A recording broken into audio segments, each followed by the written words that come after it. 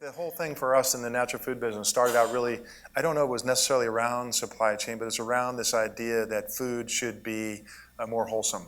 And that led us to realize that a lot of the food that was in the marketplace was not. And so to do that, we had to search out suppliers and develop and then grow them and help them and build them through partnership. And that has now, as the business has gotten larger, to fast forward, has led us to a responsibility around the world, because we're trading in about 70 or 75 countries. Yeah. And so we're literally buying product around the globe, and so there's a responsibility that comes with that. And as we've gained some size and scale as a company, we've set up some standards called whole trade, which is we kind of weave in fair trade. It involves financial, social, environmental impact. And this sort of idea is this larger thing, which is what you're really doing in your work, is to say that companies actually have responsibilities beyond their P&L and balance sheet. And that is to be reasonable and meaningful participants in the larger betterment of the world. And so in the extent that the supply chain is part of that, it's a piece of that, but and I think companies have an opportunity to lift their suppliers up or do it together. So I think it's just part and parcel of this larger idea of being a more responsible company. And the thing about a culture is it's a living, breathing thing, and it belongs on companies' balance sheets, but it's not there. It's the best asset they have. Think Nordstrom, think Southwest, think Starbucks. Those companies have a culture that's real and strong, and Whole Foods does too, and it kicks, it has a life, and so to do that, you have to continue to invest in it, right? So whether you're a company or whether you're a school, those of you that have graduated from this program and benefited from the program need to continue to contribute to it so that the culture stays rich and robust, because that is really what moves people, right? Culture. I've really come to believe, and I'm older now, and I've been through a lot of sort of cycles, but I've really come to believe that business should strive to be a cathedral for the human spirit.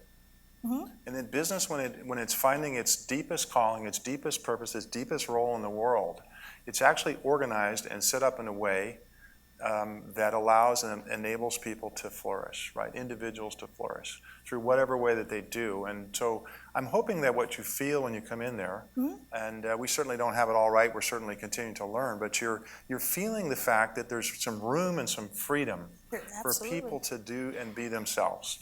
And ultimately, that if the company's organized in such a way that that's being supported, then the company's going to gain, and there'll be more room for more individuals. It'll just continue to accelerate up. And I really think that's what you're trying to get to with this whole idea of talking about business differently.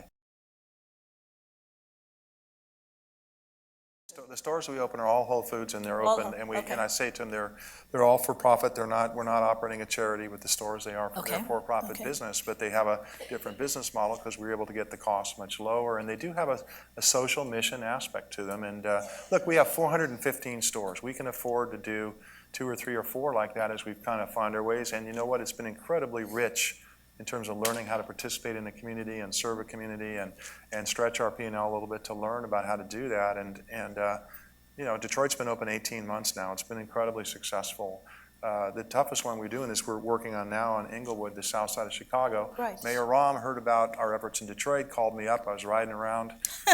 Come to Chicago. Okay, well, I'll come and talk. And so we did it. And this is in the north side of Chicago is endless choices. The south side of Chicago, it has nothing. It's just remarkable in the same city. So we're trying to do something about it and make a contribution, and I hope encouraging other companies to do that same. I mean, success is best when it's shared by all. Right now we have a situation, I'm sure with your background, a situation of increasing inequality and disparity. Right. This is really true in food access, and particularly you see these places where, with the attendant health consequences in Englewood, which I'm most familiar with now, the life expectancy in Englewood is 8 years less than the city of Chicago. And it is in the city of Chicago. It's 8 years less in that community. So there are the consequences associated with these food access issues. And from my view, we have, for me, after this year's moral responsibility to try to do something about that. And so, this is where I think, what is the purpose of business? What is business here to do? How are you training these business leaders to think? And at least for us, we think about having a bigger reason to do this. And that is one place we've tried to do something about it.